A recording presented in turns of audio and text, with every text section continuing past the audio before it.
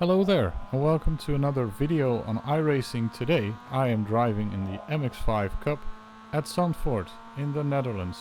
A lovely track with a lovely car, and as you'll see in this race we won't be the quickest, but I have a great battle for you today with the number 3 car in the red, white and blue livery that you'll see in this race.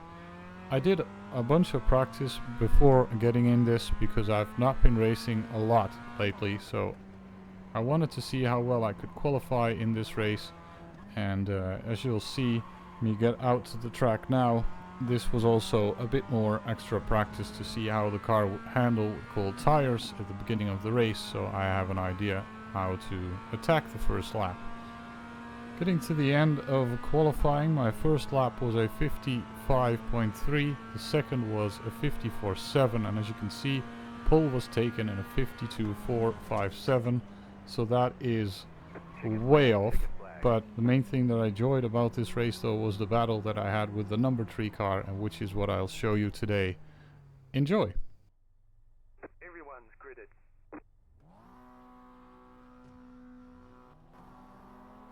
With everyone on the grid, we are ready to start this race as the lights went on and then went out, and we are racing. My start wasn't that bad, but it wasn't as good as the car behind me, who had a wonderful start, passing 2 cars into the first corner. I had the inside line going through here and was right next to the number 10 car, as you can see in the top left. He was battling right back at me through the next couple of corners, but I was able to fight him off.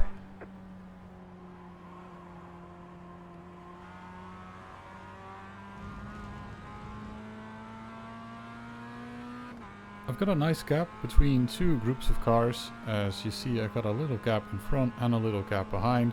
A nice room to settle into this race, get the tires up to temperature and all that, and see if I can do something about the gap ahead, see if I can close in on the cars ahead and challenge them for position.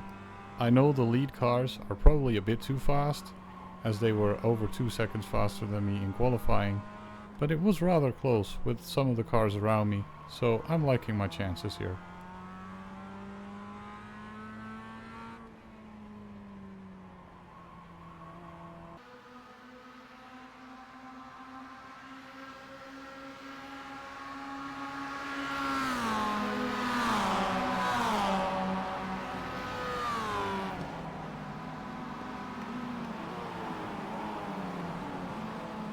By the end of the first lap, we are at the back of the train. As you can see, a couple of cars have switched positions, and we are trying to see if we can close in on car number 3, which I actually managed to do by the midpoint of the second lap. One of the other competitors is fading in and out. As you can see, his internet connection is probably not that great, so that is something I have to keep in mind if I get to his position later on in the race. But first, we are challenging the number 3 car, the red, white and blue livery. I'm getting really close to him by the end of lap 2. As you can see here, this battle is truly on. We are on similar pace.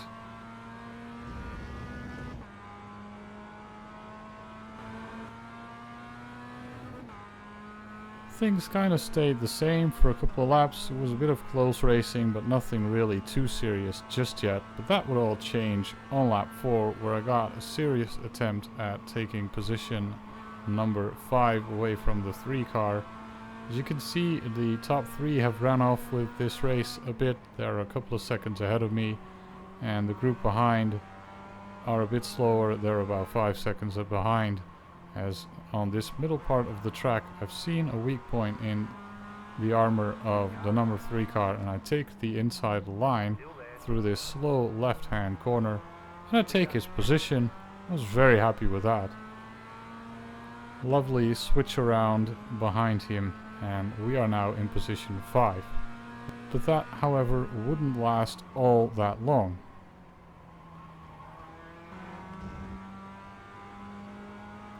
Getting out of the final couple of corners, as you can see, the car behind has definitely caught right back up. I made a couple of small mistakes going over the grass, losing some momentum, and he pulled right alongside on the start-finish line going to the first corner.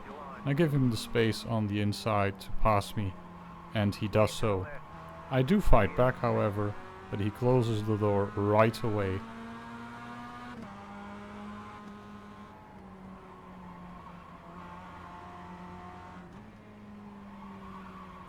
Coming out of this small little bend here, I do have a lot of momentum, and we are side by side through this snake section in the first sector. We have a slight bit of contact, which prompts me to give him a bit more space because I was squeezing him a bit too hard. I'm trying to hang it around the outside here, but there's not really a chance for me to keep the position, or to take the position rather, from that point, so I accept defeat for now. A couple of laps go by and we rejoin this battle again in lap 6 as we are around the middle of the track going towards the chicane. As you see us go in the chicane, I'm close to him and he makes a little mistake in the second half of that, loses some momentum. Cannot immediately do too much about that, but I am close enough now for a slipstream down the straight going into turn 1. He misses the apex slightly at the last corner, goes wide over the gravel just like I did before, and now I can return the favor into turn 1, taking the inside.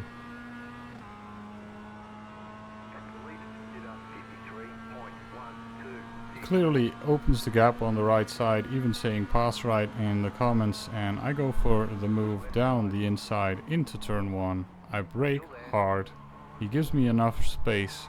I do nearly collect the inside wall on the pit exit, and I don't have the momentum just yet to get past him.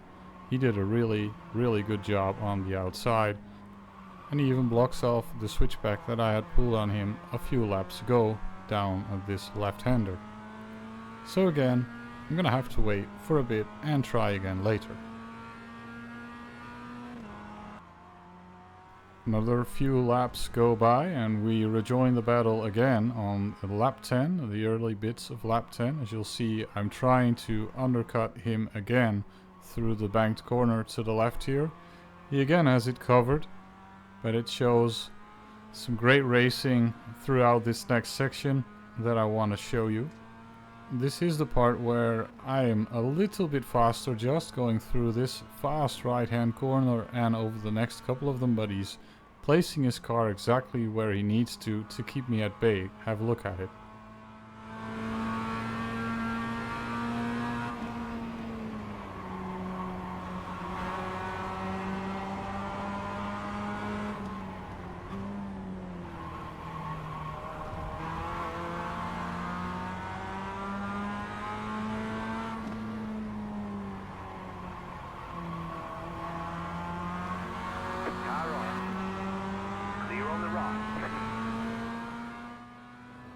Some lovely racing going on there, as you saw.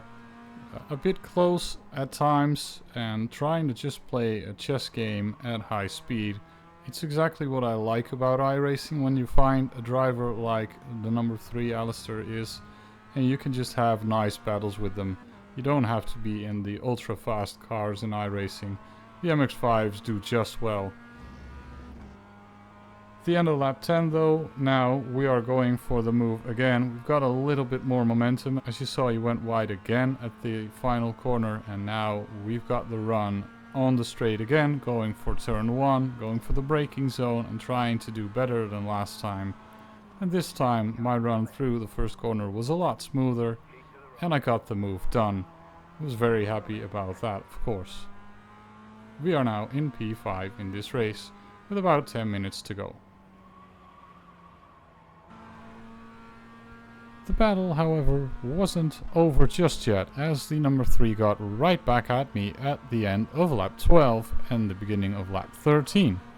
He pulled alongside on the end of the straight going into turn 1 once more and got the job done initially, but I was able to perform a very nice switchback and pulled right back alongside him going into turn 2, and here into turn 3 I'm in his way to turn in and force him to take a low line down turn 4, this banked corner, which loses him a lot of time. As you see him drop back into my mirror, he drops back by about a second, and now I should be able to keep this gap for the rest of this race.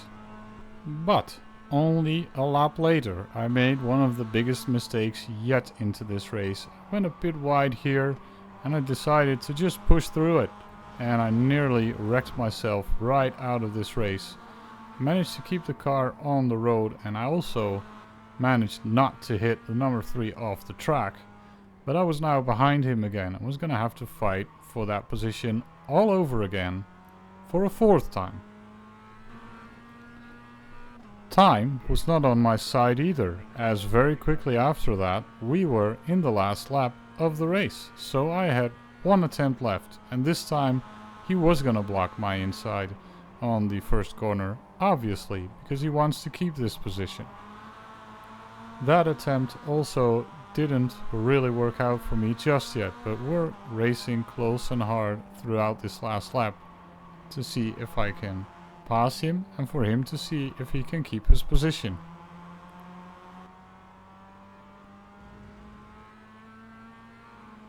Even though we are very close through this middle section, there is not really a lot that I can do except just lunge it, but I don't want to lose a race like this on a just desperation lunge, so it needs to be a very clear-cut move, how it's been whole race.